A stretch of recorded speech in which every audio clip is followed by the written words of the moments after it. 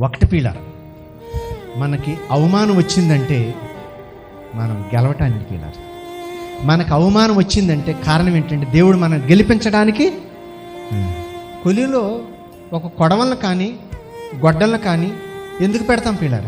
దాన్ని మనం ఉపయోగించుకోవడానికి పెడతాం పిల్లర్.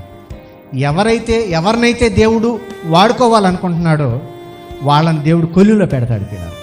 కొలిలో పెడితేనే గొడ్డలు అవుద్ది, కొలిలో పెడితేనే కొడవలు అవుద్ది, అవి మనం పని చేసుకోవడానికి ఉపయోగపడతాయి. దేవుడు నిన్ను కొలిలో పెడితేనే ఆయన రాజ్యసేవలో పనిముట్టుగా నువ్వు వాడబడతావు. నిన్ను కొలిలో పెడితేనే దేవుడు నిన్ను వాడుకోవటానికి సిద్ధంగా ఉంటావు. కాబట్టి మనం అవమానాలకు ఒక క్రైస్తవుడు భయపడకూడదు పిల్లలు, నిందలకు ఒక క్రైస్తవుడు భయపడకూడదు. పౌలు శిలలో ప్రభువా నన్ను ఎందుకు చెరసాల పాలు చేశారని అన్నారా? చెరసాల్లో కూడా కూటం పెట్టుకున్నాడు.